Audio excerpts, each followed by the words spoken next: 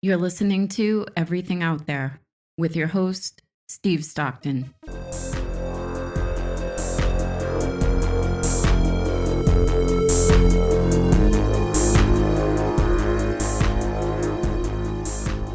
Hello, friends. We get to go, and boy, I'll tell you what. Yeah, I tell you. All right, we are recording. Hello, everybody. Welcome back. Steve Stockton here with you. Everything out there on the Clyde Lewis Ground Zero Radio Network. Joining me tonight for spooky season, we have paranormalist Cisco Murdoch and paranormalist and international author Lynn Monet. Come on in, ladies. How you doing tonight? Looks like we just lost Cisco the moment we started. She'll be back. She'll be back. Woo! Those gremlins, they're out tonight working. You know, they like to be acknowledged but not exposed. And so I guess whatever we're going to be talking about tonight, they're not There, wanting she's to get back. out there. Well, it's like last night on her show. The second you mentioned the Puckwudgies, you got kicked out. Yes, I did. Happy Halloween, everybody! Yeah, Woo! happy Halloween. Yeah, Definitely. It's our kind of season. Glad to be here. Right in the middle of spooky season 2024. Recording this on the 15th. It'll air on let's see, the 20th. So almost in the final stretch by the time you hear this. And here, New England looks like a full moon tonight. It's not quite full yet. Not full till Thursday. We're recording this on a Tuesday, but it's looking spooky out there. Yeah, you know, I was driving home tonight and I looked up and there were these really, really dark black clouds moving in. And I looked at my weather thing and it didn't even mention that it was going to rain. So, but I'm like, where on earth are those coming from? Just menacing big black clouds coming in. So then they passed over. It didn't rain, but it was still kind of creepy that they were there, especially as after all of the devastation with Helene coming through here and stuff. It makes you definitely a little jumpy. That is for sure. No joke. Absolutely. Glad to hear you're okay. Hello, everybody, and happy Halloween. Yep, Steve, thank you so much for inviting us on. And yeah, we appreciate being here. You and I were on Cisco's show last night, and we had such a good time over there. I thought we'd just continue here on my radio show and see where it leads. Move the party over. Woohoo! Get on the party train. Let's get that party train going. Woohoo! Well, you can never get enough ghost stories and legends and lore. I mean, that's one of the things I think Steve and I've talked an awful lot about in the past over the years is just, you know, somebody says, you want to hear a good ghost story? I've never said no. Have you? Well, nope. No, I guess not. I usually, I don't know. I have so much going on. I love a good ghost story. You know, can't get enough of it. You know, yeah. I mean, it's just, tell me that story. Tell me that legend. Here's an example. Our mutual friend, the wonderful and lovely Michael Acciana. And he's got another wonderful series, one of his historic paranormal supernatural series. And it is based on Tom Dooley. And you know, I've heard the song. I know there's a legend. Had no idea past the point. None whatsoever.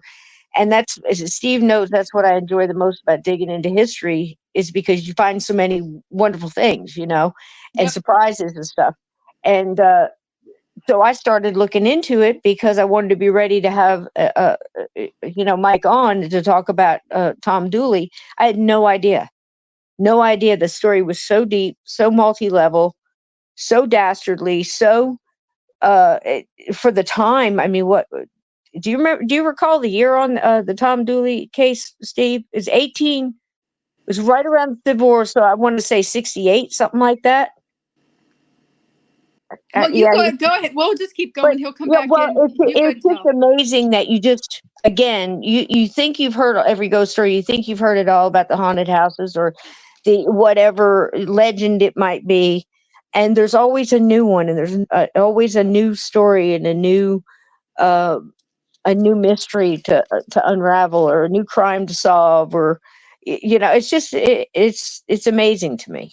You know, that's what I mean by if somebody. Nobody's ever said no. I don't want to hear a good ghost story. Of course I do. Tell me. You know, it's like, exactly.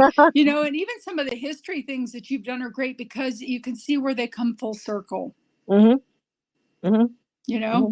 So, and those Yep. stories, even the spooky stories, whether people believe them or not, they're planting seeds and Yeah.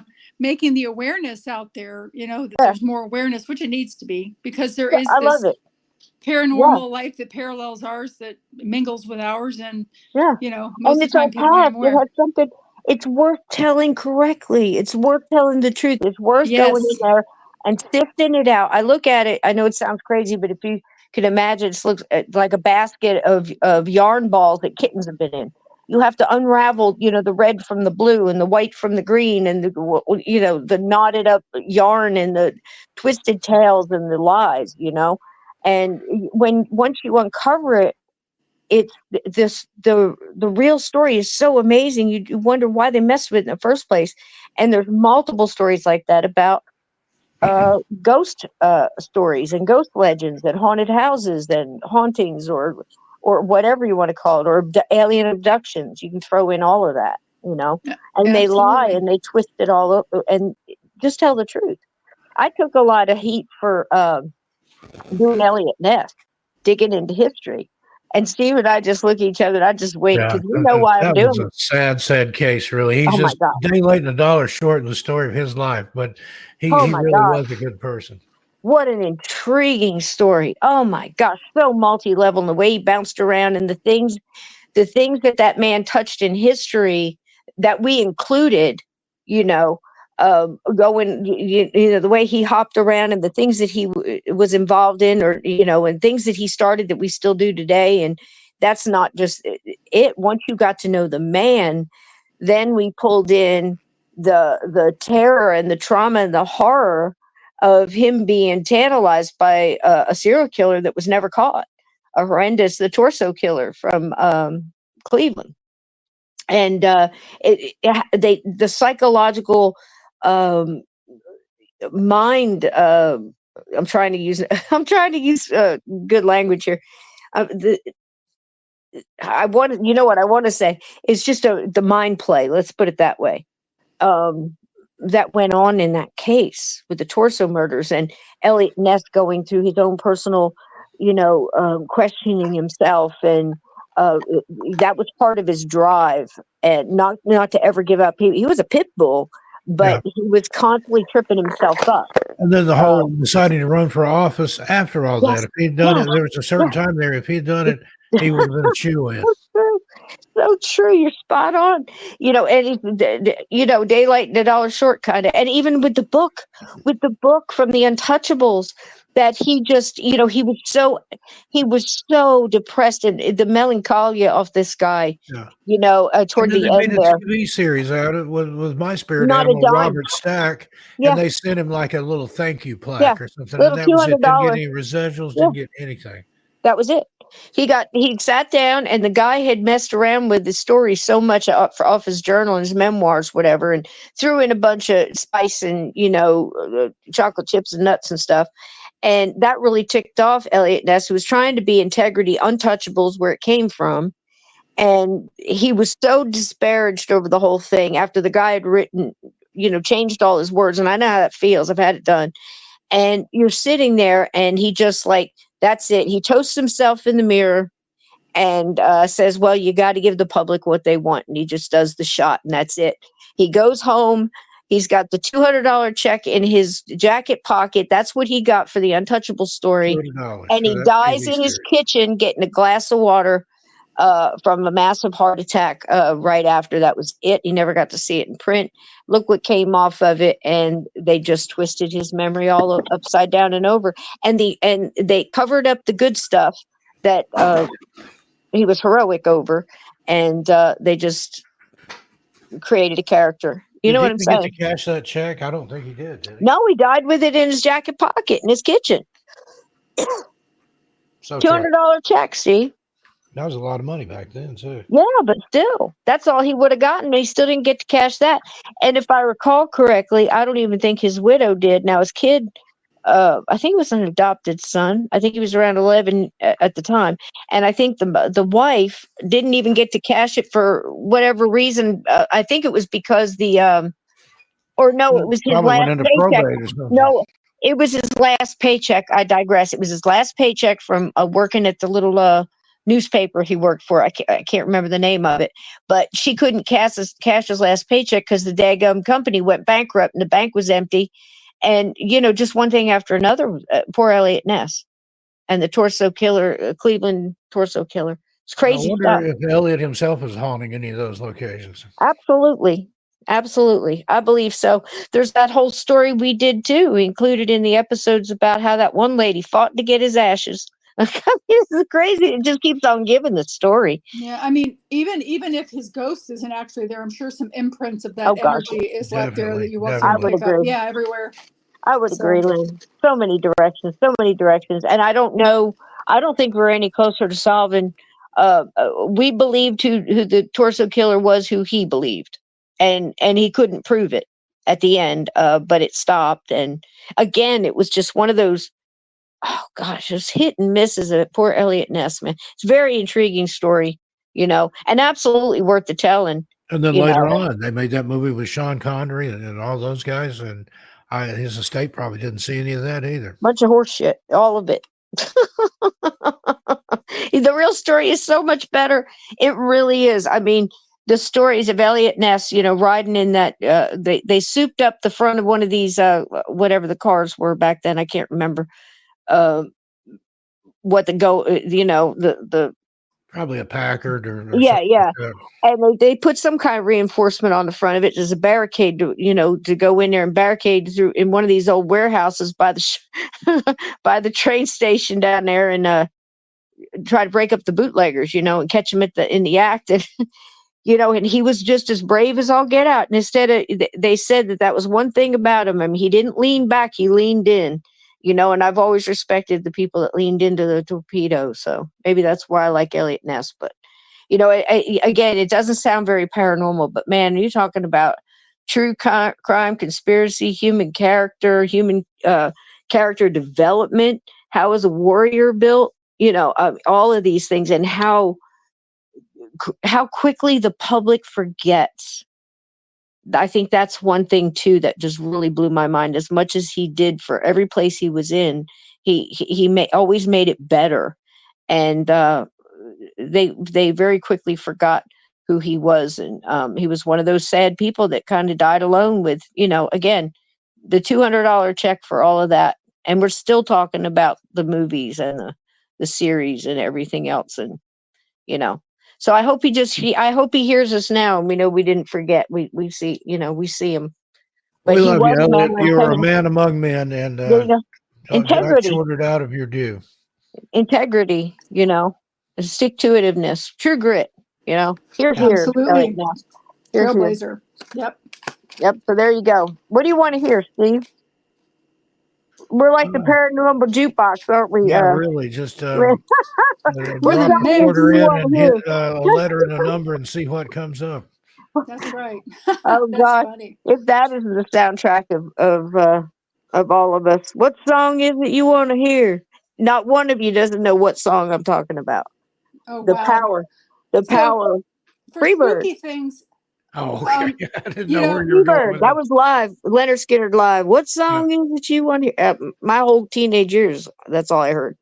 Like the Eagles songs, the soundtrack of your life. AC/DC, all of that. Led oh, Zeppelin. I love those. Oh my Yes. gosh, yeah. Yeah. Okay, guys, go I like ahead. to love the Motown too, but no, Oh, I love um, all of it. I mean, Steve, of all of the things that you have done and that you've seen, what was the one thing that really, really left you puzzled and scarred almost, that you saw that you'll Ooh. never, ever, ever forget? Oh God, that's a Oh great gosh. name of a book. Not Yeah. to jump in, but puzzled and That's, scarred. Somebody write that down. yeah. Write that down. That's a title. Hell of a title right Woo! there. The one. There's been several, but probably the one when I was 8 years old, the invisible thing that chased me, that came out of the ditch after me. That later, according to a Ouija board, it was an elemental, some kind of water sprite or water spirit or something. But that absolutely terrified me. No doubt. Yeah. When we know about those, don't we? Absolutely. So, What's yours, Lynn? you know what, the funny thing is I used to have this dream over and over, and come to find out that I was living in a haunted house, but I didn't know that that's what it was because I was so little, in the commonplace seeing dead people walk through. But come to find out, I used to sleepwalk. And I actually would sleepwalk outside. So That is frightening. because I kept having this dream over and over that there was this gorilla thing in the house that was trying to get me, and I had to get away from it. So, but I kept having that same dream and vision over and over, like 3 or 4 times, and it was consistent. And there was this thing about how I pinched my finger and peeled my fingernail back, and there was like coleslaw looking stuff underneath, which was totally weird. I pinched it on my sister's crib, and but it was just being in that house together. My brother was a trickster. He had one of those shrunken skull heads, the little old lady shrunken. It was a fake one. It was plastic, but my little sister, who was 2 at the time, she couldn't think of anything more awful to call it, so she called it Fart Lady, because to her, I love it. yeah, because to her, farts were the worst thing that she could think of at 2 years old. So it was Fart Lady. Well, yeah, when you're 2 years old, you're about butt height, everybody. So farts are a big frightening thing. That's right, because you're constantly getting rear-ended. But so when my parents would leave, my brother would go in and set up his room like a maze, like move his dresser with the mirror so that you had to go down this hallway type thing and around, and he would put Fart Lady with a light illuminating on it in the corner, that all of a sudden you would walk through something and you would hit it and it would come out and it would swing and it would hit you in the head. And it was just, that was terrible. I mean, he was such a trickster, and that was terrible. And to have everything, to have the haunting in the house too, where the pans would jiggle and stuff like that, was pretty bad. But I mean, he was pretty smart about, ingenuity. What's the word I'm looking for?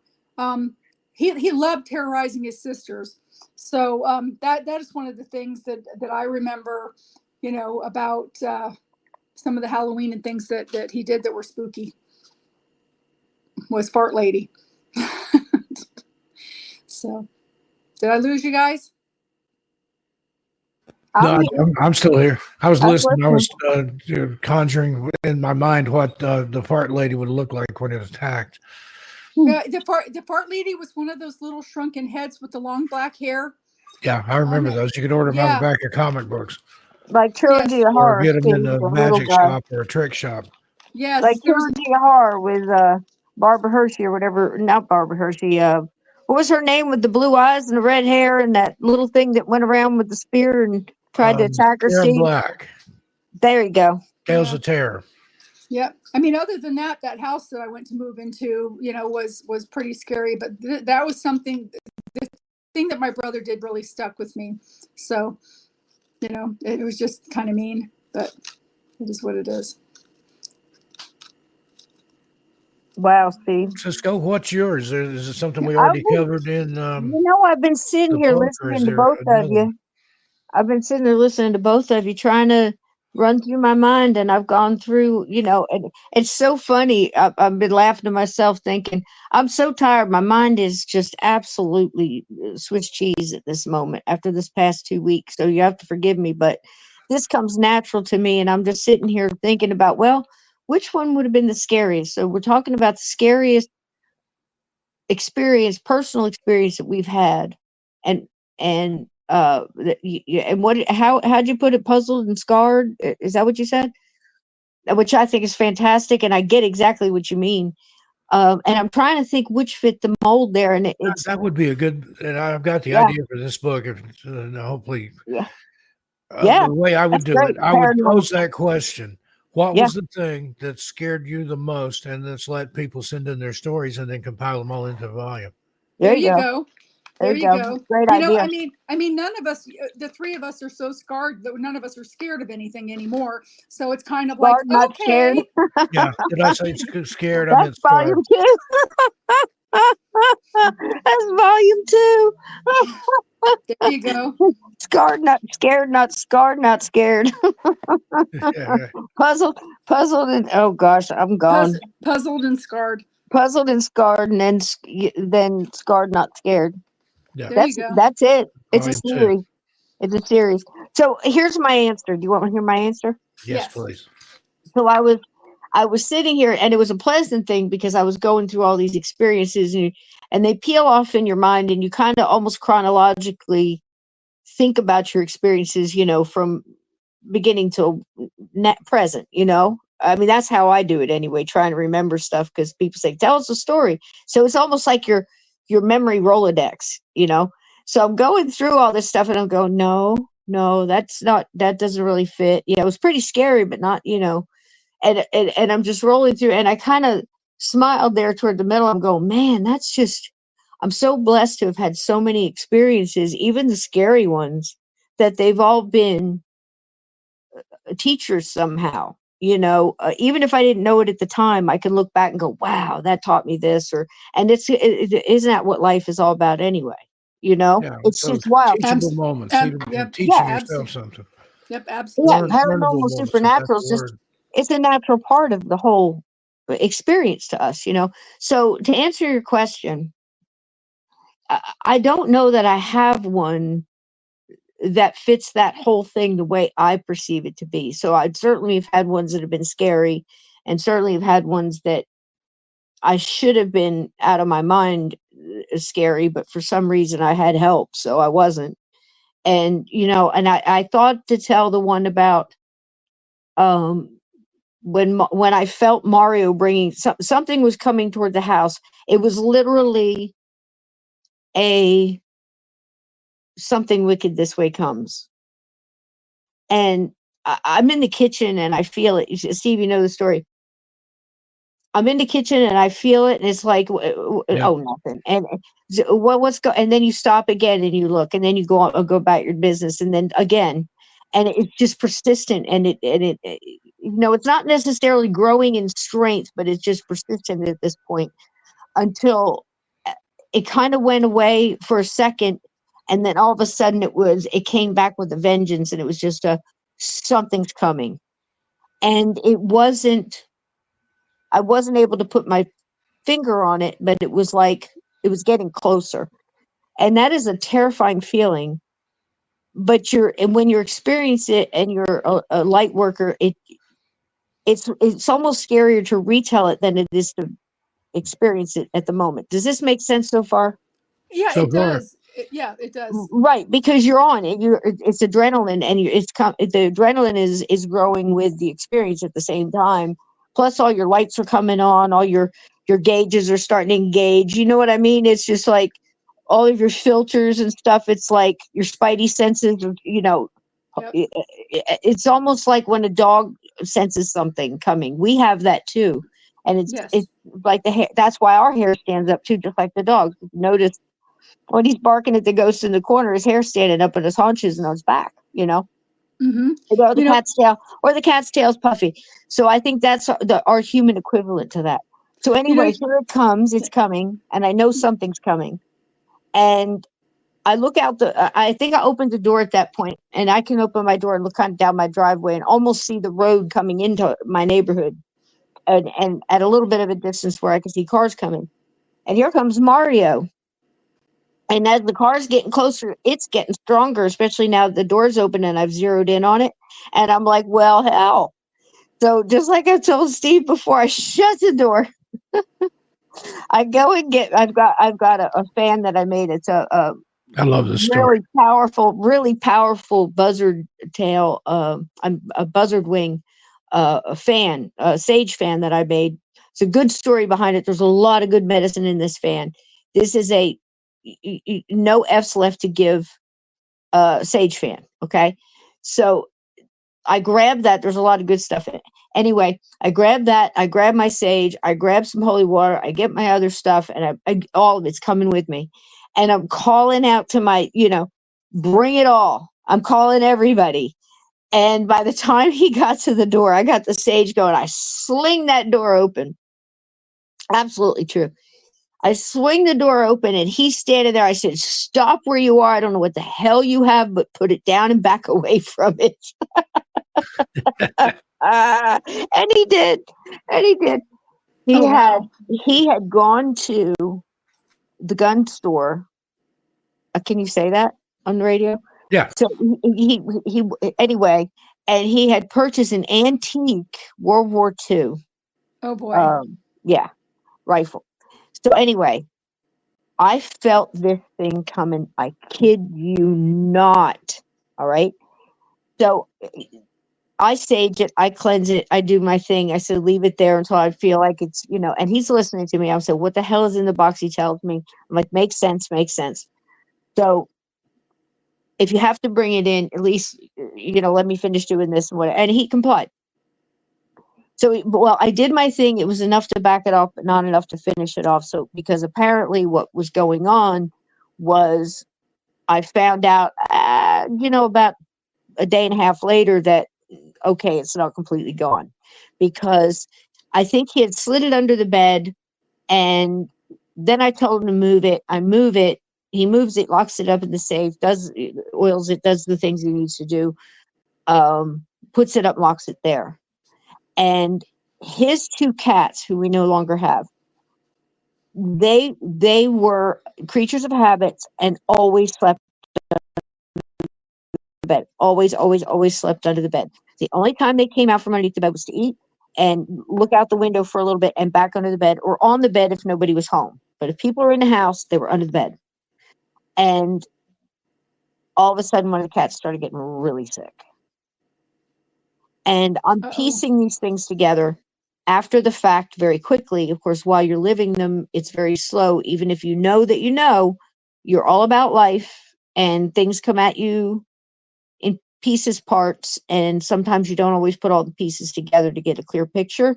So just like any haunted story you've ever heard, it's a slow burn. And the cat's sick, and the other cat won't go under the bed anymore. And you're so caught up taking that cat to the vet that you're not realizing that's going on. And it probably went on about 2 weeks. It was a little too late, realizing what was going on to save the first, but early enough to save the second. And all of a sudden, all the pieces snapped into place, and I went, I understand. And I threw open the windows and I went at it gangbusters. I brought in the howitzers. Archangel Michael cleanse, vacuum this house clean. I mean, I turned on every radio. I had prayers. I had monk chants. I had just filled the place with light, white candles, sage, sweetgrass, holy water, the shebang, and get out of my house. And that thing had to leave. The physical thing had to be out too, but the rest had lingered, and then it was time to clean that, and then everything stopped. And I promise you, it was so wild. Within a half an hour, the other cat comes out from the couch in the living room, runs down the hallway past me as I'm closing the last window, and almost brushing the hair from my face to say, this house is clean, kind of thing. Now, I kid you not, it was really like that. The cat runs past me down the hall and under the bed that she hadn't gone under for days since this had been going on, and she's back under the bed. And I went, yep, sure is. That's the one. There you go. Wow. The cats, they're these, I've got these little kittens here, but some of our stories, we don't realize how scary they are until we start telling them to somebody that doesn't have the gifts that I we got have. feels off that one, and I've heard it before. So true. And I mean, I think it's because it's like anything else, if you're a doctor or you're an accountant or whatever it is, you can never do for yourself the way you do for other people. You can see it so differently when you're looking at it for other people. When you're going through it yourself, it's just like every time you hear the story. I was busy, I was going to work, I lost my keys, didn't think any big deal about it, I must have misplaced them. So you get the keys remade, and then you come back and the keys are in the kitchen right where you left them. And you think, oh my God, I'm losing my mind. No big deal. Now I got 2 sets of keys, and you move on. And the thing, it's slow build, slow boil, slow build up to the point where it's just stark raving crazy. And I mean, I'd say 2 weeks. I would venture, I would feel comfortable saying it would probably spread over at least 3, because it was enough to see the one cat getting sick, but you don't quickly, you don't go, oh, the cat's, looking lethargic and seems to be getting up slower than normal. Well, he is, 11, 12 years old. Oh, it must be World War II rifle that came in that. You don't put things together like that when it's happening. You see what I mean? Exactly. That's true. So you can't kick yourself either. And because we can watch a haunting and we can watch and jump in, after that, I promise I'll shut up. But it's a good point. It's a valid point. When we watch like a haunting, good shows that really don't over dramatize and just try to tell the story of a witness going through an experience. uh, we might be quick to be armchair parapsychologists when we're looking at things and going, how did she not know? How did she not know that that was going to do this? How did she not realize that that was doing that to the kid, or the kid was really telling the truth about the thing in the closet or under the bed or whatever? We're real quick to do that. But when you are living through it, even if you know that you know things, it can get you. And that's the scary part. You have to be so wide awake and so aware all the time. That's scary. Okay, I'll shut up. So you think Yeah. it was what was connected to that rifle then? Whatever it was under the bed killing cats. So you That's know what I I fair. think mean? I think it was. My I feeling mean, is that it was sucking something the energy attached. so That's the bad, feeling I've got so too. evil. I felt it coming, but yet so cunning and able to, for whatever reason, either squelch its vibe so it wasn't always picked up where you just felt like something was off, but you weren't. It wasn't like this red light dot flashing right here, with a big X marks the spot. This is what it is. It's more like a dull, vacuumy kind of humid day. You know what I mean? Just, but you're so busy, It's you don't heavy. have time. Yeah, you don't have time to focus on one thing. And it's just whatever it was either made you ignore it or not recognize it all the time. I don't know, because like I said, it was here,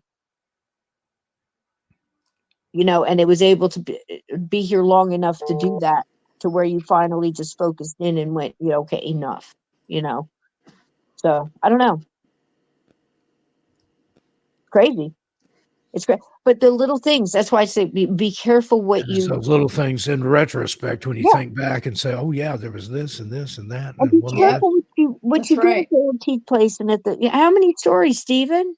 How many stories? Antique this or that, and Yeah. that crazy. I'm not going to name names, but going around and haunted whatever, and it's like you go in, it's like, oh, okay, well, that antique, $50,000 couch has got something attached to it. I'll just take that and take it to my house where I can keep an eye on it.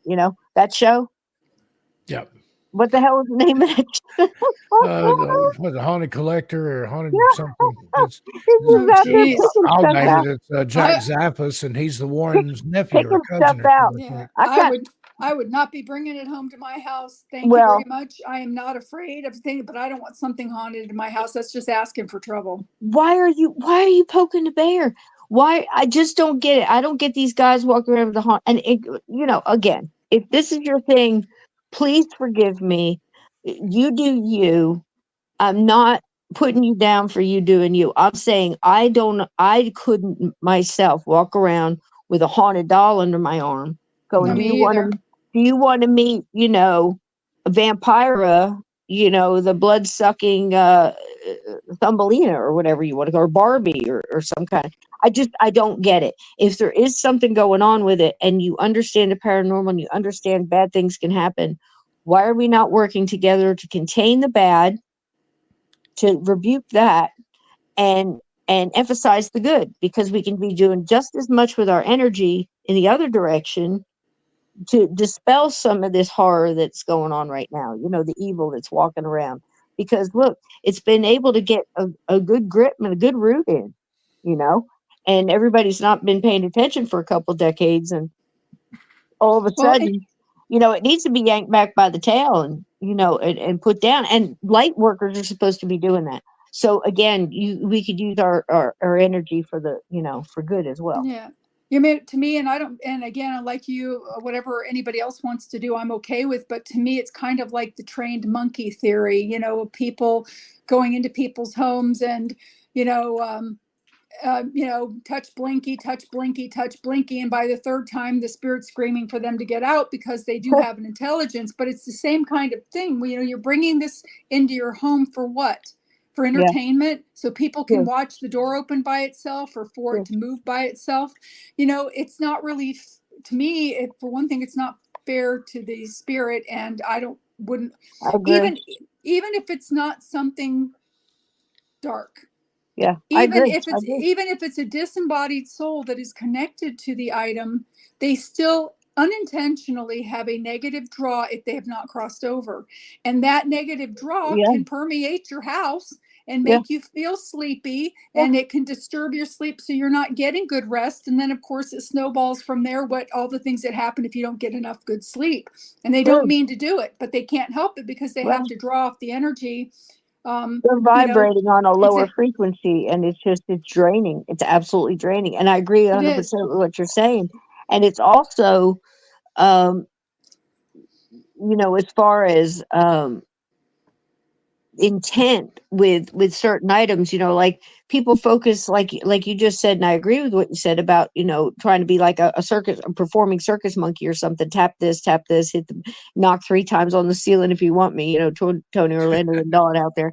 But it is true. But I also think it's the intent, because I've also seen something simple like the motion detecting cat toys that light up when like you mentioned, um and be used for a good communication, like, "Oh, do you need help?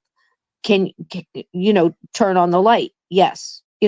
Again, if it's something that they can use, whether it's dowsing rods or something similar, even spirit box, as much as that frequency just makes my insides turn into knots. It really does. I don't know what it is about the spirit box, but not to say it doesn't work. It's just hearing it is like That it's like a TV going off, like with the white noise, it's really loud. I can't handle it.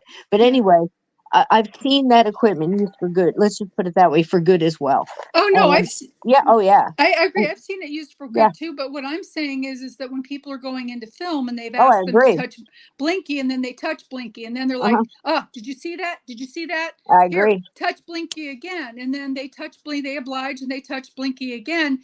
And there's no thank you for touch. Right, We need, right. no explanation of, And the promising, and we're then not asking. keeping the promises. That's so Right. dangerous, Lynn. We're asking you to touch it for yes and no answers. Please, if it's like a flashlight or something, after you've answered the question, we're going to ask you to turn it off before we ask you another question. And then you got 5 people asking the same question at the same time. You know what I mean? That's what I mean by, they can use it very well for communication with the other side. However, there still has to be that level of respect. Yeah, Of, and of, speaking of of respect, I mean, there's something, and Steve knows what I'm talking about, but I'm going to be very careful in the way I word this, because of everything that's gone on in our southern states, our North Carolina, Tennessee, of course, Virginia, Georgia, Alabama. My heart, and Florida, my heart goes out. But focusing on that the stuff that and the devastation in Tennessee and North Carolina, especially in the mountains, um, my heart goes out so strongly. I've been for 2 weeks in great contact in so many different directions involved in that. I feel like I've gone through it myself, and feel ashamed to even say such thing. But so many stories, so many heroic stories, so many wonderful things. But there's also something else going on, and we have to realize that is we're losing a lot of souls all at once. And I am of, again, I'm being so careful here. I am of the knowledge that several are trying to reach out, and Steve uh, and I went through something that is actually in the book. We were all children in the wilderness of the afterlife, the book we did together. Um, and it's in the chapter of Tale of Two Bikers. Steve, you recall, I'm sure. Yeah, And absolutely. Based on a recurring dream, sort of recurring dream that I had that got progressively worse. And I called Cisco and I said, I need you to help me find a body. But it wasn't a body. It was a spirit. Well, exactly. So at this moment, there is something that I hope turns out as well as that story did, both of them, because it's actually a tale of two bikers. That was one of them. And we called him Cool Breeze, didn't we, Steve? And Yeah. I think there's something like that going on, and I think Steve's probably picking up what I'm laying out here. But there's something similar to that is going on via connections and reach outs, and let's just put a cry for help. yeah, there is a lot, especially since it happened so suddenly and it came through during the night. So these people, when they went to bed, there was a little bit of wind, and then they woke up to their roofs, to them sliding down the mountain and getting covered in 15 feet of mud. So, they didn't have So a chance fast. to even So respond. They were tying their kids to trees, trying to save them, as the kids had to watch their parents and their dog and everybody float down in the mud and be taken away. It was awful because there was no warning. And the thing is too is, there were tornadoes that were up in there as well. I mean, it literally looks like a war zone. It looks like a bomb went off up there. Yes, and confirmed, by the way, by boots on the ground, one of whom his name is TJ, and Grindstone Ministries out there, and so many other wonderful civilians out there on the ground. But what I'm talking about right now is there is a absolute, everybody needs to be aware. If you have abilities right now, if you can remember, and we've had other tragedies where people look back and say, man, I felt like something was going to happen. Man, I felt like this. Or when the stories started coming out, I don't even need to name off these things. They all come to mind, whether it be a plane crash or buildings coming down or some other kind of horrible thing. So right now, what's happening is they are reaching out. So they're going to be reaching out to people with ability. They're going to be reaching out to people that maybe they can connect with energetically, but also they may or may not even realize that their spirit guides are connecting up. Steve, you know what I mean? Connecting up because they know somebody's going to do something about it. I'm also going to reach out to Hoover House because the Circle of Light there, Jim, Dave, the Barrys, and Bob and Jen and all them, they do this all the time with the table tipping and connecting spirit to spirit. And that's a great idea. Earthbounds. I want to get them involved in this because I believe what we need to do is open a circle here because we're getting connections in.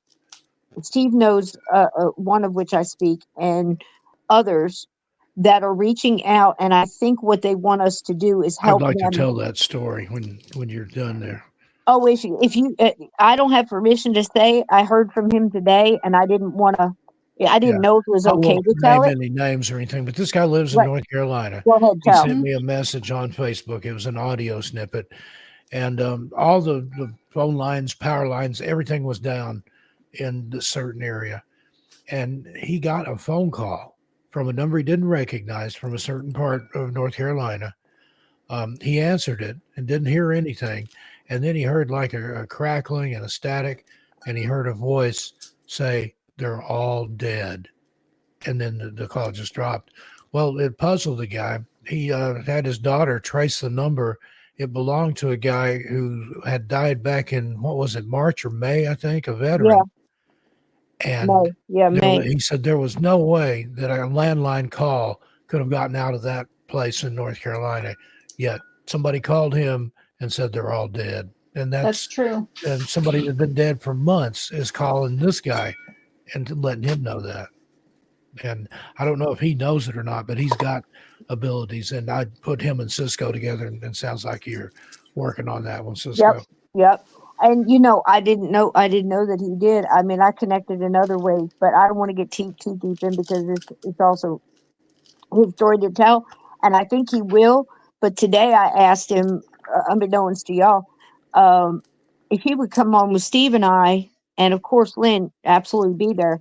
What I want to do is connect him in live chat with our light workers, gatekeepers in the chat. Anybody that knows my chat knows what I'm talking about. And all stand in agreement, because what I think we have here, Steve, is another Cool Breeze type situation. That his grief, I believe, was, and again, this is just what I'm feeling at this time. This is what I got when I first connected in, was he was kicking around. He was still earthbound, at least able to see what went on, saw the devastation, knew the truth wasn't getting out, and couldn't stand it, and was so overcome, couldn't help. Yeah. Um, So being of the it guy, the was, veteran that passed yes, away yes, months ago, yes, he was picking up on, even yep, though he's on the yep, other side, yep, and he's reaching out on behalf of these yep, people that are newly dead. If pardon 100%, the phrase. Yes, 100%, Yeah. 100%. I agree 100%. And I think, absolutely. and I think he did it because he knew, or his guides knew, same as before, and multiple times Steve and I have been involved in things that they knew our guy. Let's put it this way: his people got with our people There because you they go. knew we were going to do something He about had it. his people call our people, and Right. there we So go. we're going to call our people, and we're going to gather all the light we know, and all the mediums and the channelers and light workers I know that cross people. We're going to get them all live with his permission. If you want, I told him he could be a part of it, just a voice, or didn't have to even use a name, just to Yeah. be just his energy. And let's get her done. And we'll send out, when we know what happens, what we all need to do is start putting out to our guides, start gathering them all up, Yes. You know gather them what? all up, tell them to get ready, and we'll do it all in one shot. And we'll open up a vast tunnel of light and just send them all through and hug them as they go. And I think we can do that. I think it I almost needs agree. to be done live, not to exploit or anything. I don't care if any outside people whatsoever ever see it. That's not what it's for. It's to have an open portal of our own of light with everybody in agreement. And you wonder what you can do to help. This is what you can do to help. Because if you're in agreement and you're offering your light as part of that's so cool. Because it's all about love, and I'm love offering gets them mine. through quicker than anything. Do That's y'all, do absolutely y'all, true. do y'all get what I'm putting down? Yeah. Absolutely. You know, the thing is when I was up that way, the thing that I was picking up is it was some of the spirits that are still boots on the ground, as you said. There are some wandering around, but there was almost one of them that broke my heart, and I was talking to someone, so I didn't get a chance to give her my undivided attention, but she was almost desperate looking for her child.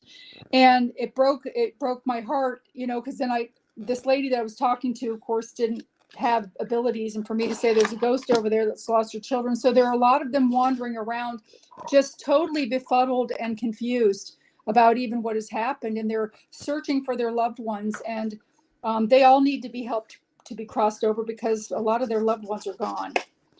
So yeah, I think Yeah, what I agree. I think there's a whole plethora of people that have no idea what happened, Yeah, and they're just out there wandering around in the cold and wet and the dark, and yeah, no idea what's going on. yeah. And we're gonna do this. I hope, Steve, you contact your friend too, because I did today.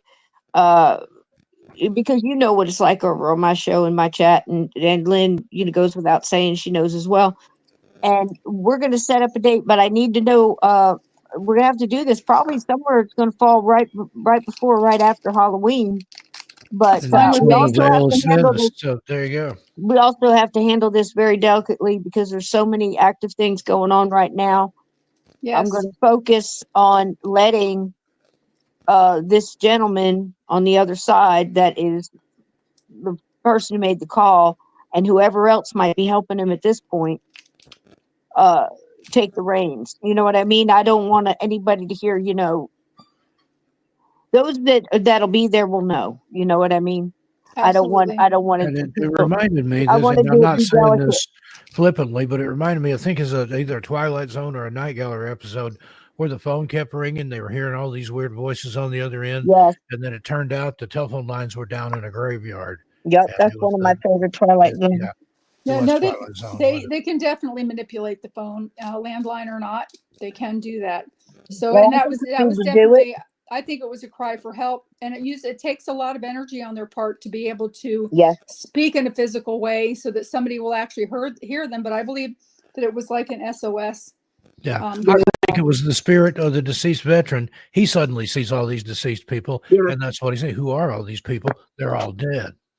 Yep. Yeah, As long as we do this with the utmost, putting them first, absolutely. and those survivors that living survivors, that relatives and otherwise and friends, because. And I will also need, like I said, about a week's heads up, because I'm going to bring in other light workers from other, other states, whatever, that Sounds I good to know have me. the right light to guard, and at the same time be able to put light in. You know what I'm talking about, because Absolutely. this is very much like the end of Cabin 22 here, Yes. where Yeah. we got to say let them go, because there's a lot of evil holding this stuff back too. Yeah. Oh no, you're absolutely, absolutely. So it is very much like a living Cabin 22, and we've got helpers on the other side that are past, that have not left Earth yet, that are earthbound, and we have helpers that are in, you name it, on the other side, spirit guides, relatives, those that have recently dead, and know what's going on and is going to lend a hand. This could be huge. I want to give as much love and as much comfort, and as much, whoever wants to go over can go, because it's just horrible, and the grief right now is holding so many back. So you Absolutely. know what I mean. I'm And they're in. reaching out. They're reaching out. I'm there. I'm Yeah, there. you Steve, can count on me. I'm in. Yeah. Steve, Just you let me know, know. all right. So reach out to him and tell him, I'll let you tell him a little bit about our idea, ease him into it. He's never been in my chat. He does. I don't know if he wants to even put his voice up there, but you can tell him however he wants to do it. But his energy there would be very important to have. But I Well, need a heads up, because there's certain people I want to be there that I'm gonna have to reach out to, that that need to be there, and at least 10 more. So yeah. Well, he was led to Steve for a reason. yeah, They knew that Steve would get. this is Yeah. This He is and all I have been good. friends for a long time, but he didn't know about all this other stuff. He just knew me from the missing person stuff. isn't that funny? Oh wow. Isn't that always how it goes, Steve? Yeah. It's always how it goes. And listen, you tell me this isn't A Tale of Two Bikers all over again. Yeah. It is. And if y'all want to hear that story, it's a great story and a really good little book. And if you want to know about ghosts, types of ghosts, and ghost experiences, and some wackadoodle experiences too, like wild stuff, just wild. I mean, jumpers and grinners. I'll tell you what, you don't know scary till you bumped into a grinner. Yeah. I mean, That's one of my favorite chapters in the whole I book. know. I mean, just oh my goodness, right? And some fun stuff too. I really like the uh, Singer Stone Machine, to reach through the veil, and objects in the rearview mirror are scarier than you think. I mean, there's so many. I look back over time, and it just still blows my mind. 50 years and having experiences, and you just think, man, that's a lot of stuff. You know, Wow. it's a lot. You Don't you too. ever? Each one Yeah. of us is like that. It's Yeah. Don't you crazy. ever find yourself reflecting back on it and saying, "Wow, that was awful. That that All the happened." And da da time. da da da. And then you're like, "Hey, wait a minute. I was there." I know. Yeah. You know what I'm saying? You kind Yes. of like it's yeah. But I I mean, think that that's a wonderful idea, Steve and Cisco, what I you're want to talking do it. about I think doing. we're meant to. Yeah, I I think think we're that born I to do it. agree. I think we're Yeah, born to do it. absolutely, I agree. And they can hear us talking about it right now. And the ones that have the strength and the knowledge and the know-how, the spirits on the other side, the spirit guides, the helpers, they hear us saying it and calculating all this, and then they're going to be doing that on the other side. So when we Yes, get together, all the different mediums and spiritualists, and I'll handle all that, because I get stuff like this organized, lickety split, and it'll be done. So we'll get all that together, and it's all about their timing. We just have to put the hands in motion, and then they can use it. The universe uses it the way it wants. So it'll be what it's absolutely. going to be. and I'm going to invite the right ones in and get this chat involved and play a little good music, in the beginning and get the vibe just right. And you know what I mean? And get everybody in that, because we've all been through so much. We've all seen so much. We've heard so much.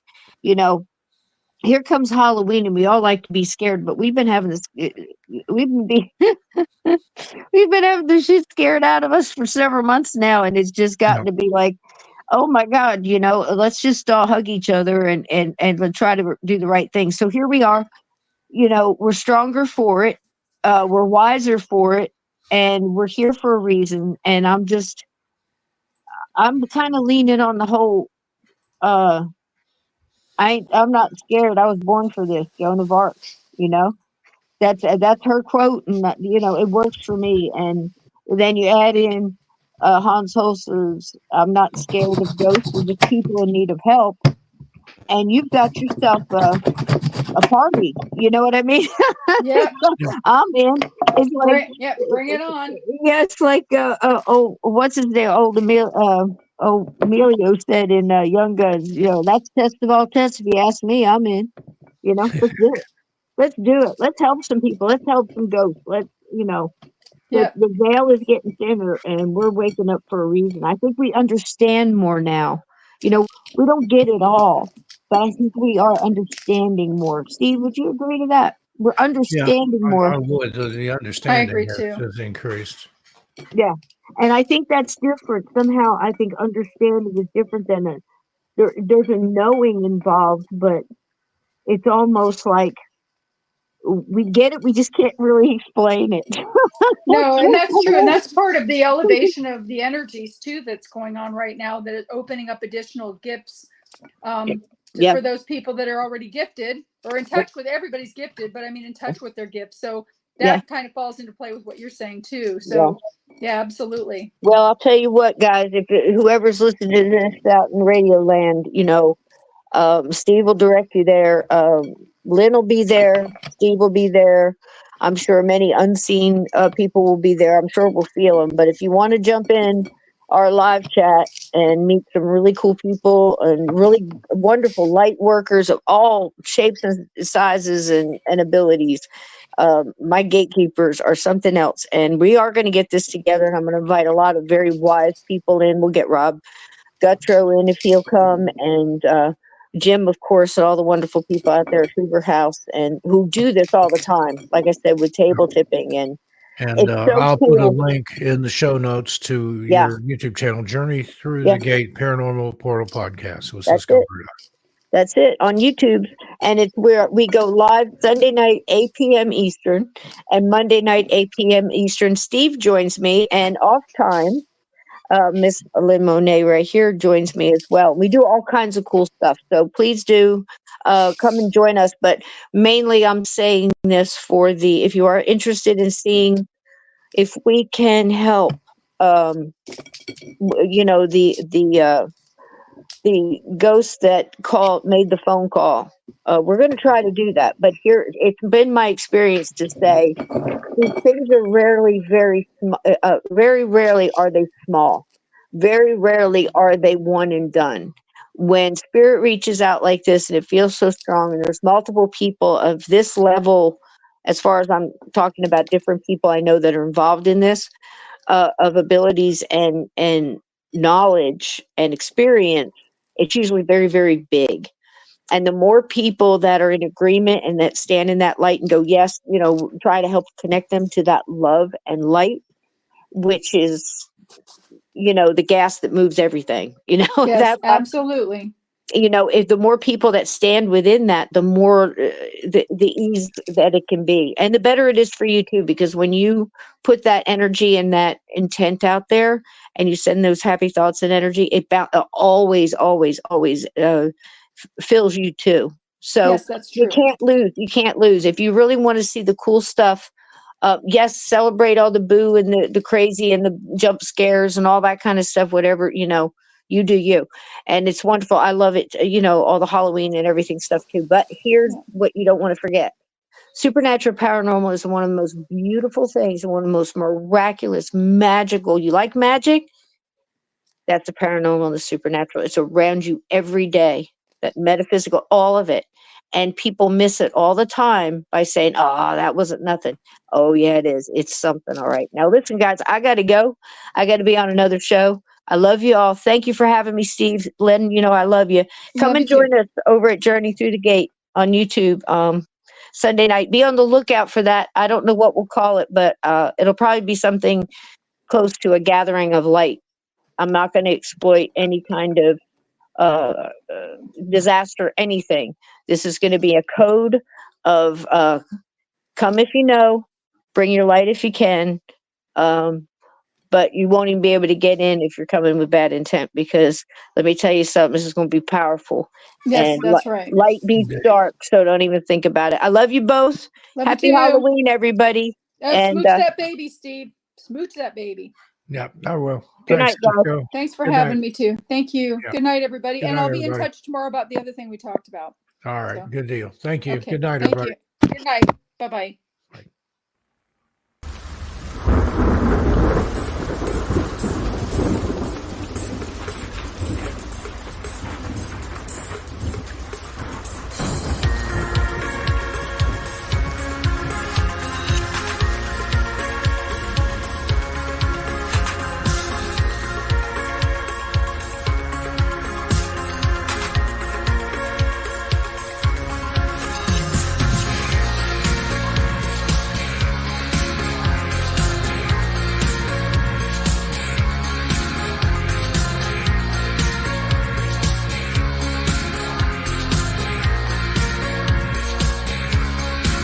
Well, it's one thing to be upset with someone.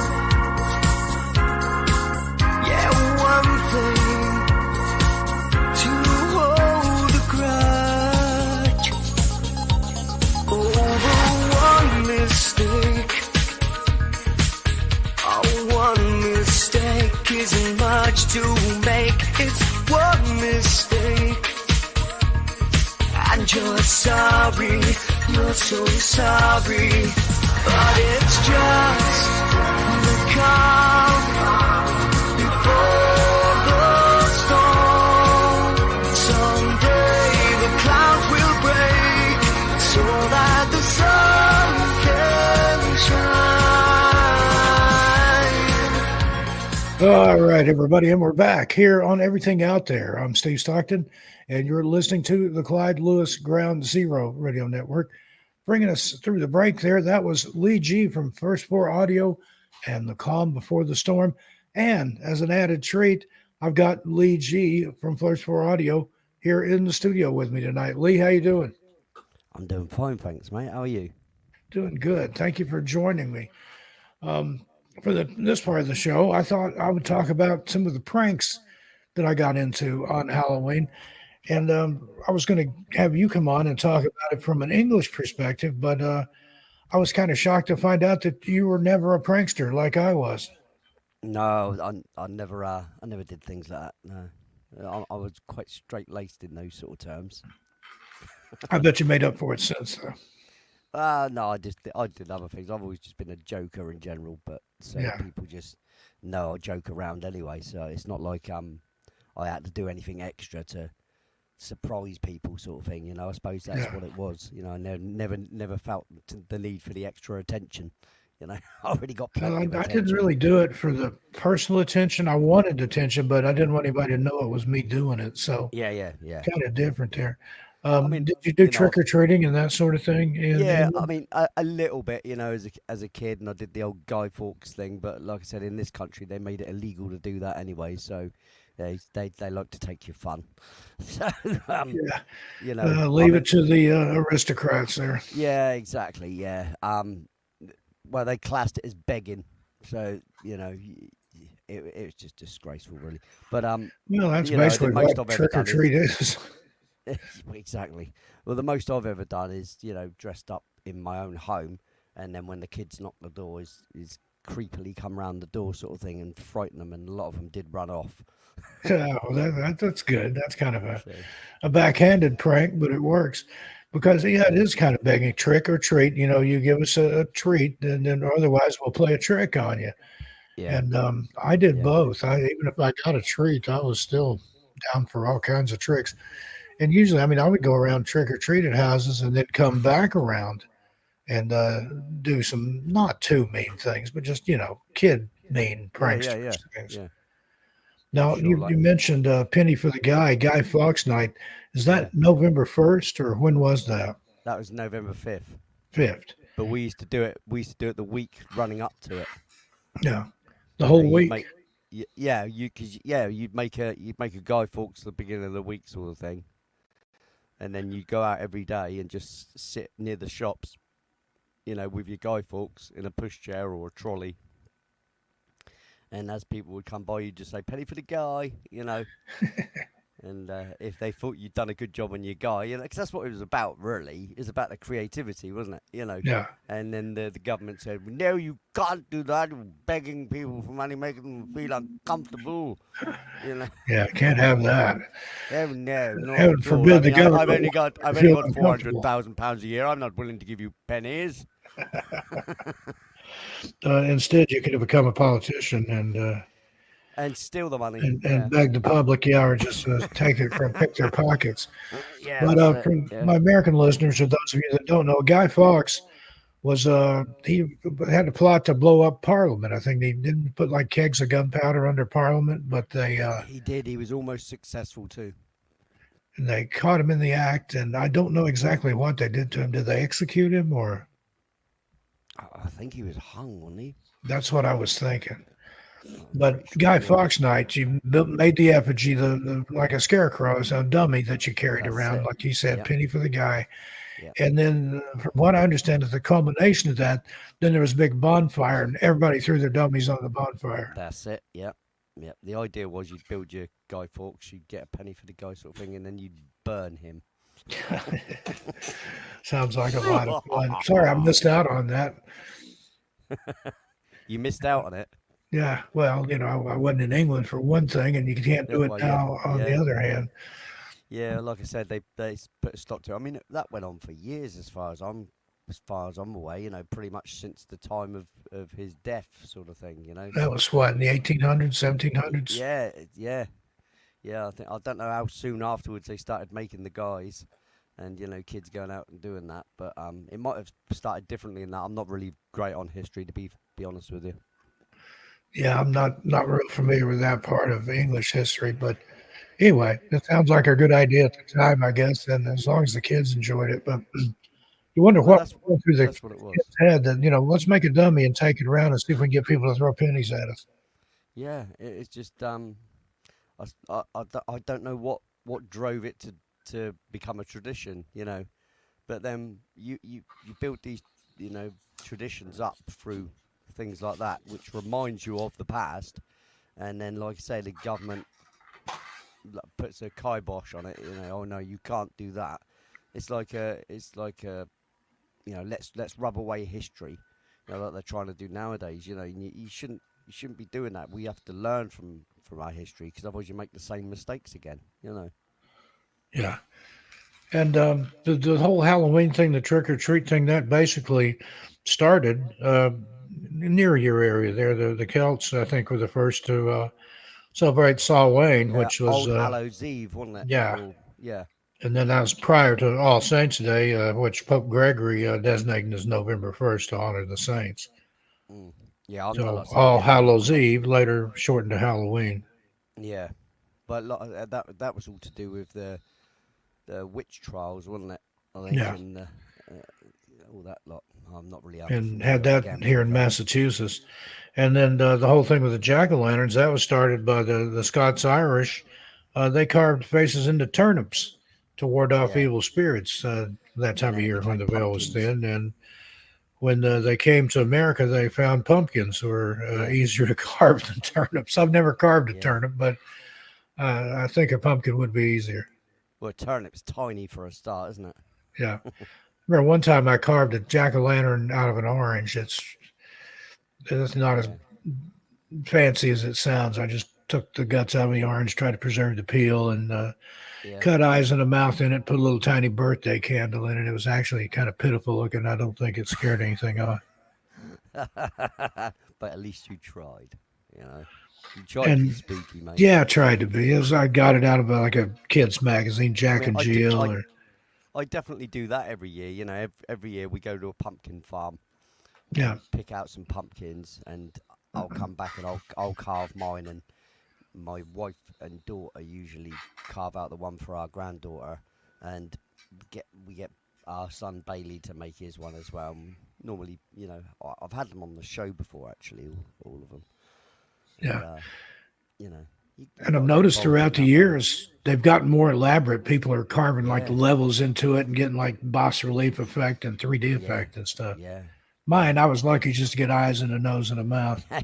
Yeah, I don't go too overboard with the designs of them. I keep it fairly traditional like that, you know. A couple of eyes. Sometimes I don't do a nose. It's a good Yeah, thing not to do a nose. It's just just to do mine was an the upside eyes and the down mouth. triangle. Yeah, yeah, or a side on triangle Yeah. that's concaved. What were some memorable Halloween costumes that you had? No, I've always been quite generic really. The Dracula thing has always suited me. I do that, or I I can always see do that. a zombie. Yeah, because all I've got to do is wear a ponytail as well. All I've got to do is put a little triangle on my forehead, Yeah. and I'm set. Yeah, you know, I've got pale skin anyway. Yeah, yeah, Put a yeah, I pair can of see you fangs in, making a I'm good done. vampire. More on that coming up. We're working on a vampire or something surprise in the Yeah, not well, so I near am a future. vampire fan, sort of thing. As if there's anything Halloweeny that I actually am into, it's the vampire thing. But I think it's quite a romantic thing, isn't it? Yeah. Yeah, there's a lore there and a real romanticism with the whole vampire thing. And I know people that think they are actually vampires and have joined like vampire cults where they paid money to somebody to tell them that, instruct them in the vampire ways. It sounds Yeah, like a I'm bunch not of hooey to quite me, that but bad, but you know, I like to dress up, and because I spend most of my life in the night, you know, I've always said, "Oh, I'm a vampire," but it's more of a tongue in cheek sort of thing, you know. yeah. No, I'm nocturnal too, or used to be. I just sleep whenever I can now that the baby is here. But Yeah, in the yeah, past, I've been always been a night owl. Preferred to sleep during the day and then work at night. I've always found I was more creative at night, and I would hazard a yes. guess that same for you. It's exactly the same for me, and the daytime to me is just far too many things going on. Yeah, It busies the mind, and at night you haven't got to think about all those things that go on during the day. yeah, You indeed. just live during the night. You know, there's no one to come in and disturb you. When I'm writing songs, the best place to be is on my own with complete silence. You know, obviously creating music or whatever, or like the writing part of things as well. It's always best when there's no one around, no distractions, because the only thoughts I have are about what I'm thinking at that time. You know. Yeah, that's I write, and that was when my preferable time to write was at night. Yeah. Because no distractions, like you said, nobody around, nothing to really bother you. There you go. Not a lot of neighbors or traffic out on the Yep. highway or things like that. Yep.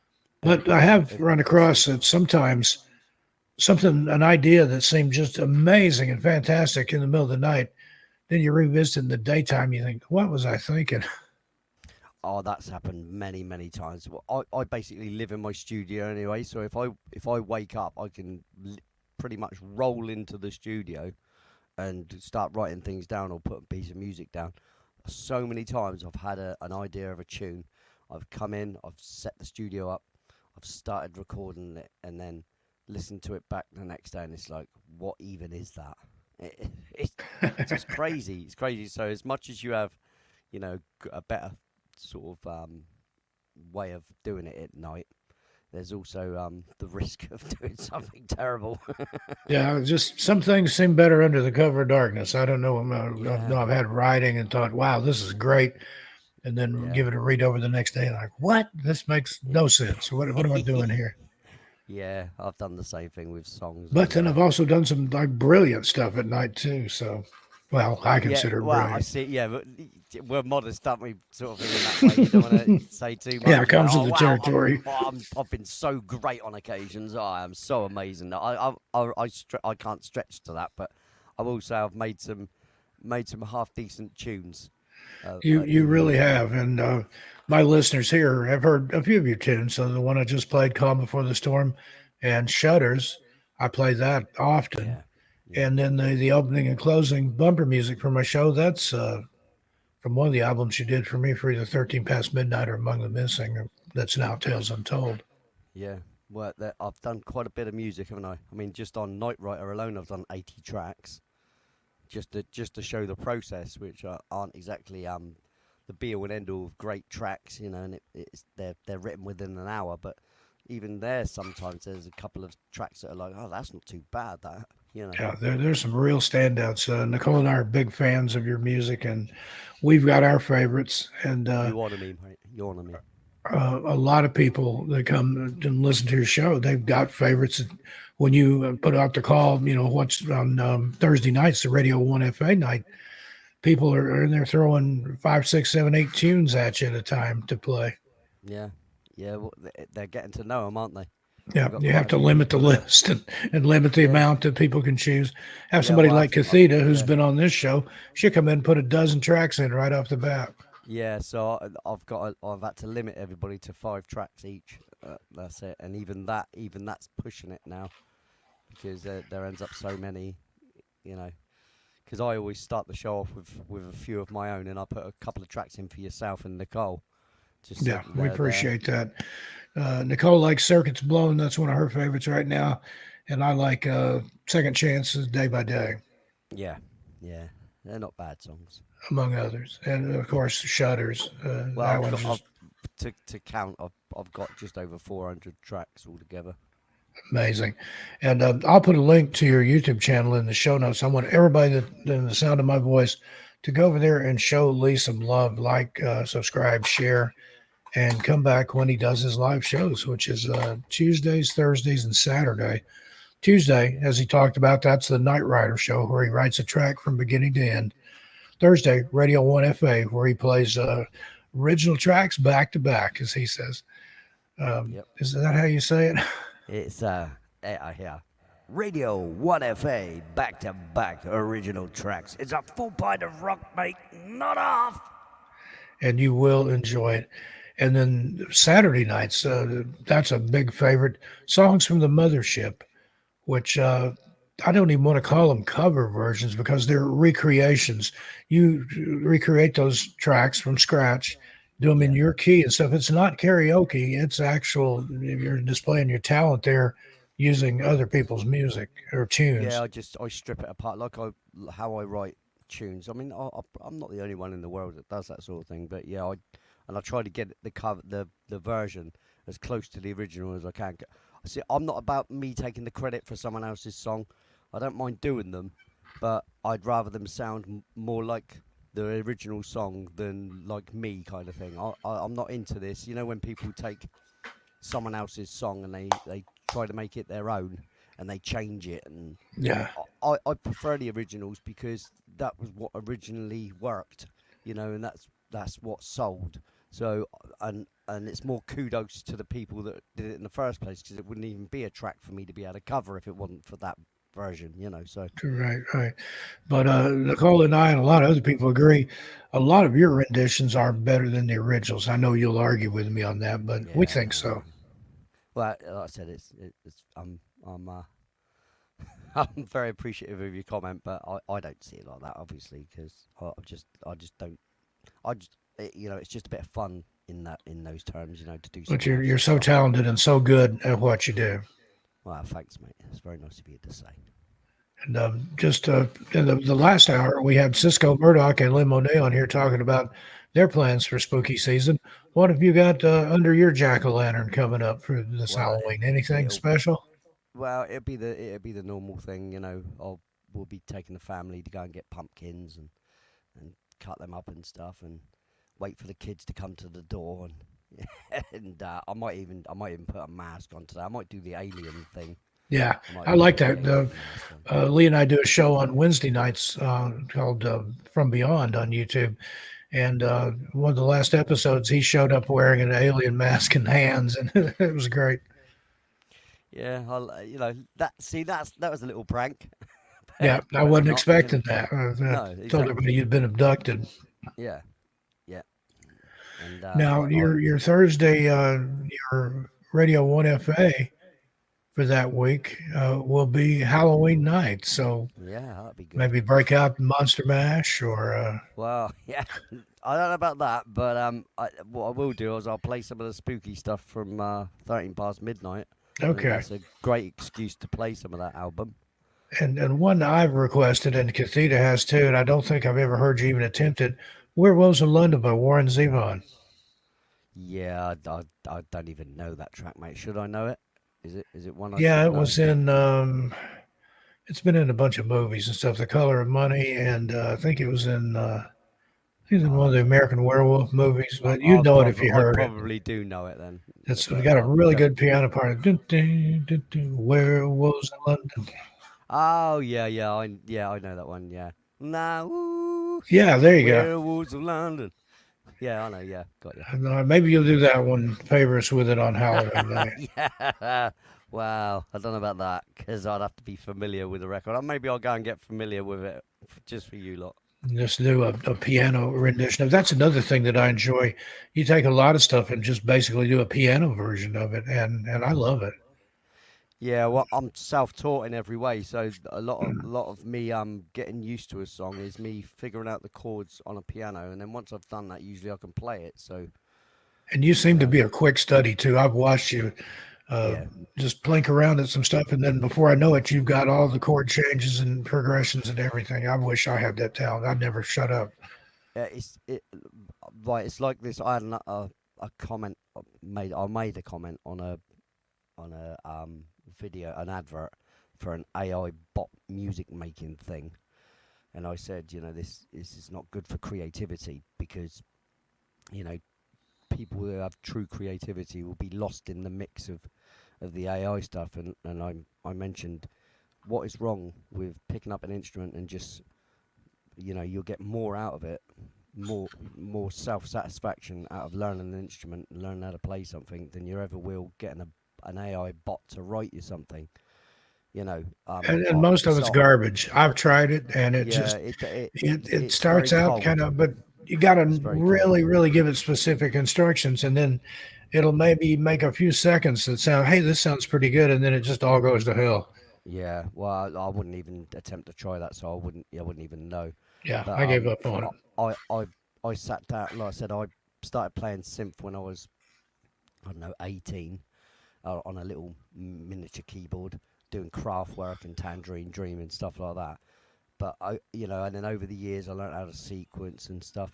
And then when I was 40, my wife bought me a piano, and I didn't want to just use it as a trigger for music programs, so I learnt to play it, and that's how I learnt to play and sing at the same time. And that was at the age of 40. And all it So takes is you can all it teach an takes is old dog time. new tricks. You can, yeah, and all it takes is time and effort. That's Yeah. all it is And you that's know. it. Most people just aren't willing to put in the time and effort.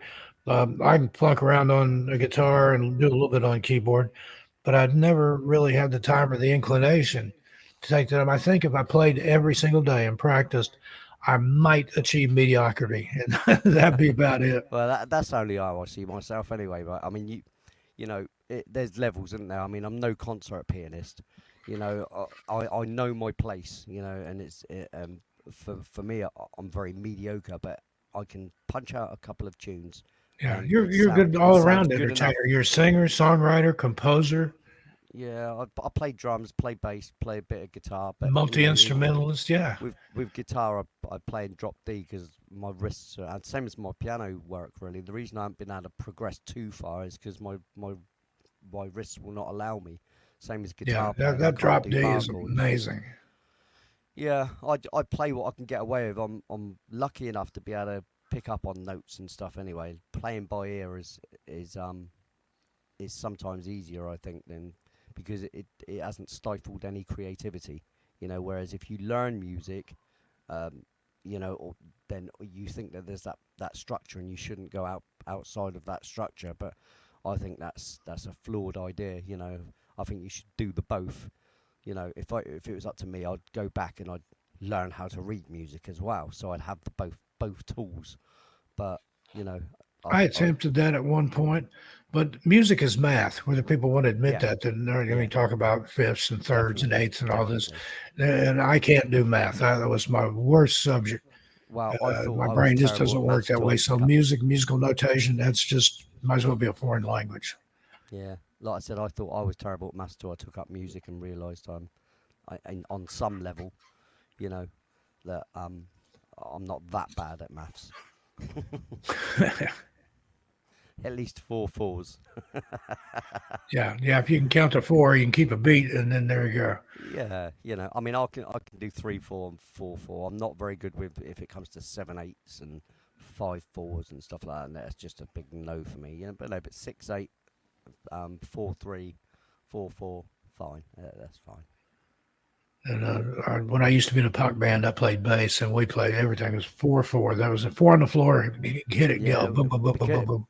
well, 99% of music is in the 4 4 timing. So you can't go wrong. I mean, when most of what I write, apart from a couple of tracks, like the Artifact and that Floyd thing, they're in 4 3, 6 8 or whatever. But 90% of what I do is in 4 4. It's just it's easy. It's easy for the listener, if you know what I mean. Yeah. There's natural things that it's going to break there. It's going to change there. It's going to it becomes a normal everyday rhythm in yourself. Anyway, we're talking about music. This is supposed to be Yeah. Well, we're all over the road here. Everything out there. That's the name of the show. So, Oh. but we're going to get into some pranks and stuff that we done. And unfortunately, I found out you hadn't done any. That again, that's shocking. I figured you were a real prankster. No, like I said, I guess it's because I got attention in other ways. Yeah. Not in a narcissistic way, but just I got plenty of attention for singing and joking around as an idiot. Anyway. Yeah, this stuff we did stuff that we wanted people to notice, but not know who did it. Of course, in our neighborhood, there wasn't that many kids. Maybe a dozen or so far flung, but everybody knew it was us, but they couldn't prove anything. So that kept us out of trouble. And a lot of times, nobody saw anything. Can't prove anything. Wasn't me. Yeah, Bart Simpson there. I didn't do it. Nobody saw me do it. You can't prove a thing. Yeah. We even did that one time. We went to a guy's house and did some stuff, went across the street and did some stuff. And then we went back later to the same house, admiring our handiwork and trick-or-treating.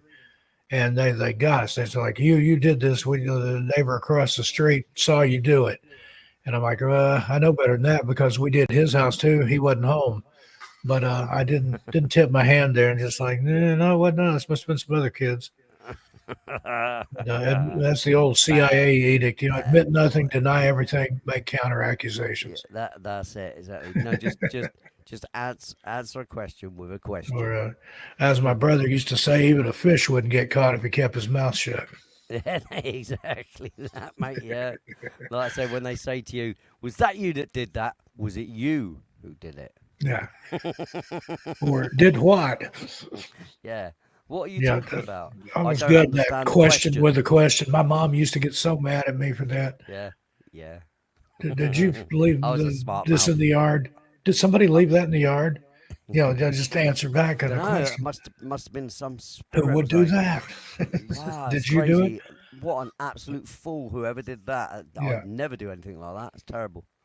So that way I didn't actually have to deny it, and I didn't have to lie about it, but I kind of danced around beat the devil around the bush. No, it's called omitting. Yeah. But Omitting when I went to certain the law process. school, they taught us that a crime by omission is just as punishable as a crime by commission.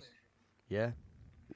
So got to watch Yeah, it. because you're trying to evade mentioning something that you should be mentioning. That's why. Yeah.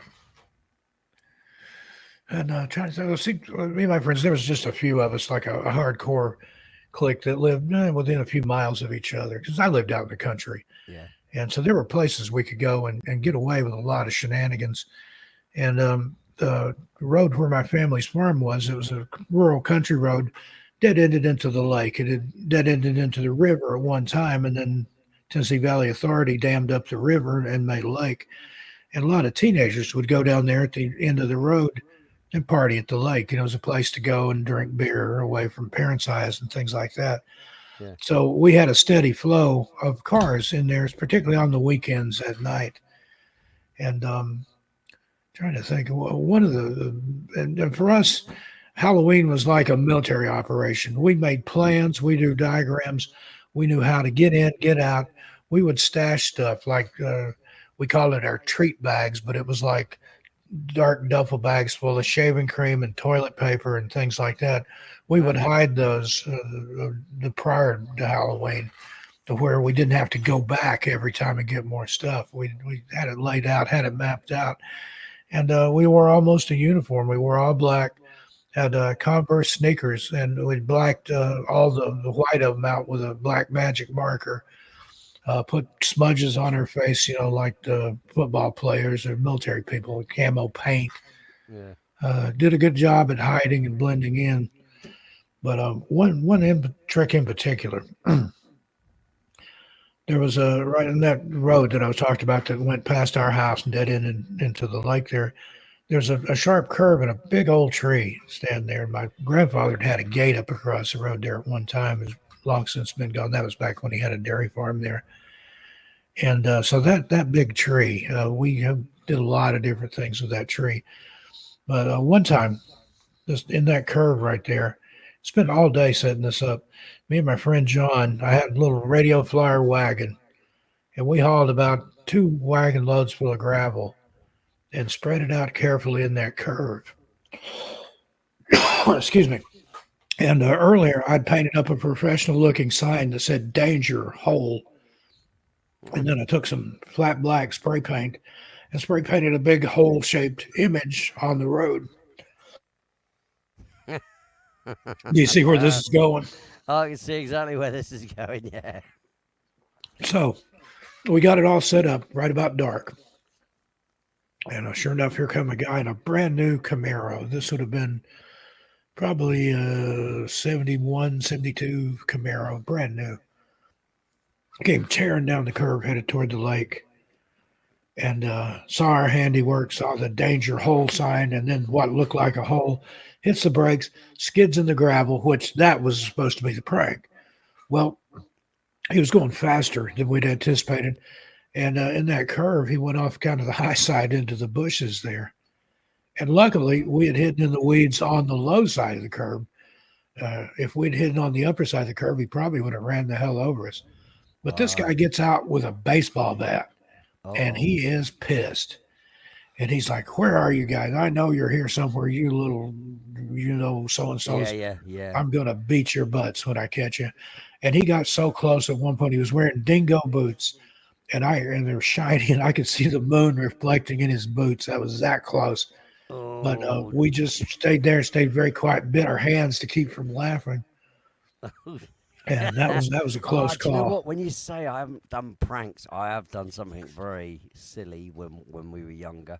We used to roll tires down onto the road, and a lot of the time, it no harm. It bounced off of a car, sort of thing. It's only little tires. It wasn't, big, lorry tires or anything like that. But one time we rolled this tire down, and the motorbike came down behind this car. And it just missed this motorcyclist, and you could see the panic on him as he sort of weaved and that. And this is before I ever rode motorcycles or anything, so I was just dumb to the idiocy of this.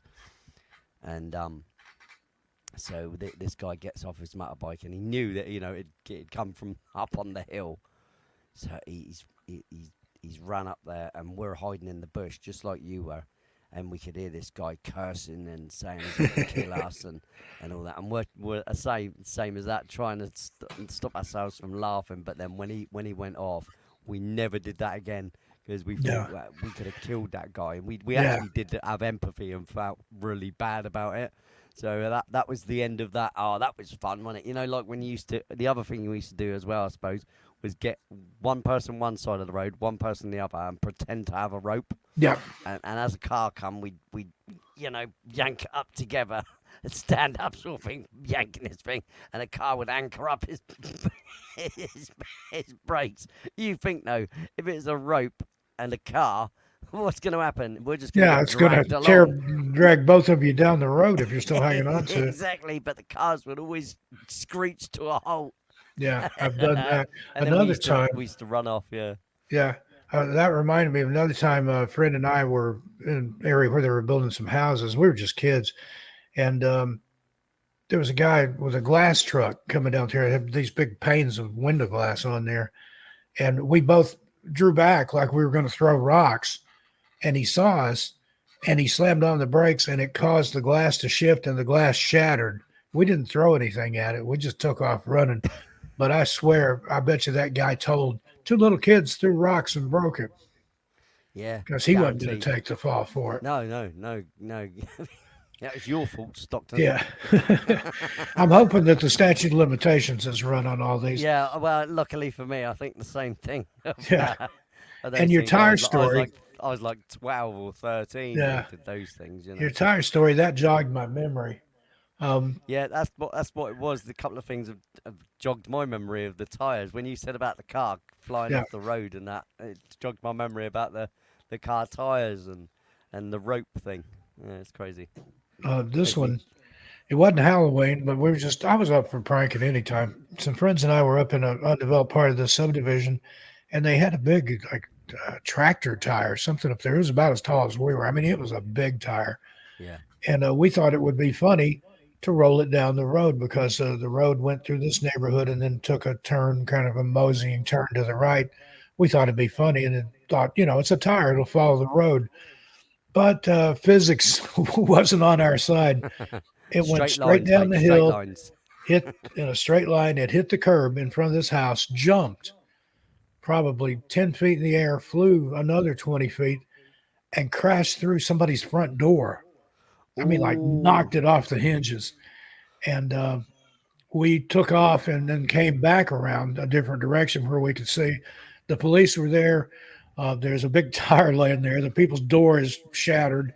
And everybody, the cops are just kind of standing there scratching their head and pointing up the hill. But we weren't up there anymore. So. Oh, wow. But we didn't think about that. We were just kids. We could have killed somebody. Holy cow, that tire. Exactly, because you don't realize that these things. It's a crazy thing, and yet they'll say kids can make some really obsessive, really obscene things that with themselves nowadays, and they try and claim that a child knows. But I don't think so.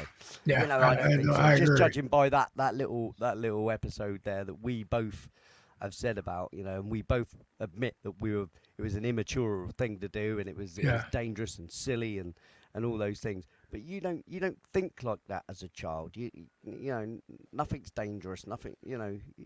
You you think it's just a tire, not thinking that it took like four of us to pick it up off the ground and roll it.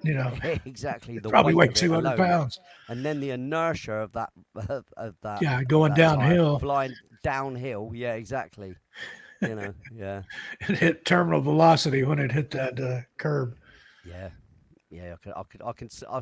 I visualized the whole thing as you told me about it. And just the shocked looks on our faces when it went airborne and went through the door. Yeah, I'm sure. And we're like, holy shit. And we ran and scattered. I'm just glad there was no children stood behind that door. Well, it was after midnight. I mean, the people in the house got a rude awakening, but thankfully no one was standing in front of the front door when it crashed through there. Like I said, good job it wasn't during the day, and But, in retrospect, I've stayed awake at night thinking of some of the stuff I used to do and just thankful that I didn't kill anybody or go to prison. Yeah. Or both. That's the same as that with the old tire thing and that guy on the motorcycle, that it didn't hurt the guy, Just lucky. Very lucky. Oh, amazing. Well, Lee, we've got about 5 minutes left here to wrap up this portion. Any other pranks that you can think of? Not me, mate. No, I'm a good boy, mate. No, I've got one more I'll share with you. Same curve, same big tree I was telling you about. I came up with an idea for the self-egging car. What I did, I took a piece of nylon fishing line, pretty heavy pound test, Yeah. and I affixed to it about a half a dozen eggs, all painted black with tempera paint, and then affixed to other pieces, perpendicular piece of fishing line with a black electrical tape. Yeah. So had it in position. Car came by and knew who was driving. Is this old guy in the station wagon? Pulled the string, let the thing lowers down. All of a sudden, 6 eggs right across the windshield. Pop, pop, pop, pop, pop, pop. We didn't have to be any. He did it himself. He drove into it, the self-egging car. Yeah. Well, And he's another one that threatened to kill us if he caught us. That was his fault, though, mate. You know. Yeah, Clearly, he drove you into know, it. he shouldn't have drove into him, should he? Not our fault that he couldn't see black eggs hanging off black Exactly. fishing twine in the Yeah, dark. exactly, mate. It's not your fault that his glasses didn't work properly. And signs. We used to a lot of new houses went up for sale Halloween night, shall we say. Yeah. We would pull up for sale signs and hoard them for like the whole month of October, and then Halloween night we'd go around putting them in people's yards. More of a minor annoyance, but Yeah. This house is for sale. Start getting people knocking on your people door. wake up. Well, hon, why is our house for sale? Yeah, exactly. Oh no. And then there's the minuscule stuff like soaping windows and Yeah. that sort of thing, shaving cream, all stuff, toilet paper. We were masters with toilet paper. We did some beautiful tree rolling. Yeah. Throwing it up on the trees. Yeah, get that rolled just right, and ideally catch it when it comes down so you can loop it and throw it back up again and then get those going. Yeah. And my parents, they bought things in bulk, so I would hide like a 100-roll case of toilet paper Oh, and sneak it out of their stash and terrible. divvy that up with my Disgraceful. friends. That went into those trick-or-treat bags that I was telling you about. Yeah. That's terrible, mate. I think you make people suffer. My parents would be like, "Didn't we have 6 cases of toilet paper? I only see 5. Do you know what happened to the other? Is one Not of a them clue. gone?" I'd answer Not a with a clue. question. There were Must have had 6. bad stomachs. There's not 6 now. Is one of them gone? Where could it be? I never did admit to it, but I think they knew. Well, of course, you don't admit to it. Yeah, it's a Oh, it's a I'm in child's for thing it. to With do. a son, now when he gets big enough to get into meanness like that, I've got it coming. But that's okay. I deserve it. I earned it. Yeah, that's it. Yeah. Bad boy, naughty. That's Bad it, boy, that's- bad boy. What you gonna do? Yeah, what you gonna do when they come for you? Yeah. Well, luckily they never did. There was a couple of times that I had some close calls, but got in trouble playing on the phone Oh, the one time, police. and the operator called back, and instead of just taking the phone off the hook, I unplugged the phone. Well, the other phones in the house rang, and I went tearing into the living room where my dad was and said, Daddy, I got caught playing on the phone. Play stupid." Ah. And he talked my way out of that one. Yeah. Like I said, Phones I were a got- big deal back then. There's a lot of Oh, phone they were. Yeah, pranks, we that, weren't allowed to use it. Is your refrigerator running? And do you have we Prince weren't. Albert in a can? You don't want to know what we call it. What we deem as a Prince Albert. Oh yeah, that's something different over there, isn't it? Yeah, it's A ring through piercing the of a elbow, certain through the- type. A piercing through the manhood. Yeah, and here in the States, Prince Albert was a kind of tobacco in a tin can for people that roll their own cigarettes. So you'd call the store, "Do you have Prince Albert in a can?" Yes, we do. Well, you better let him out. If an American come over and walked into a tobacconist and said that, And then they'd get arrested. I'm here to get the Excuse Prince me, Albert. Do you Do have you Prince sell Albert? Prince Alberts here? No, the piercing shop's down the corner. Yeah, the what? I just want to roll a cigarette. And I I've just want heard something- that that's I just want true. something long to smoke. Yeah. I've heard that that's true, that he really did have that piercing. And the reason being that pants worn during that era were so tight, they had to secure the family, the Johnson, they're over to one side. The John Thomas, I think you guys call it also. Yeah, the John Thomas. Yeah, they well, had to there's many, change. many names, I'm not isn't going to there? wear tight pants tight enough to I have to chain my privates over to one side. I'm sorry. No, thank you. No, I've had that my doesn't ear appeal to pierced me 3 in the times, but slightest. that's about as far as I'll go. Yeah. Yeah, no, I don't mind, let's not get into that. Well, and on that note, we're going to call it the end of this segment. Lee G, thank you for being here. I hope you have a happy Halloween or Devil's Night, All Saints Eve, whatever you celebrate there in your country. And I want to thank you again for the gift of your music that I use here on this show and that we listen to on your YouTube channel. You're very welcome, mate, and thank you very much for inviting me to your show. Perfect Dracula there. There you go. All right, folks, that's going to wrap it up for this episode of Everything Out There. You a little further on down the trail. You see us a little further on down the trail. Tell your animals we said hi. Good night, everybody.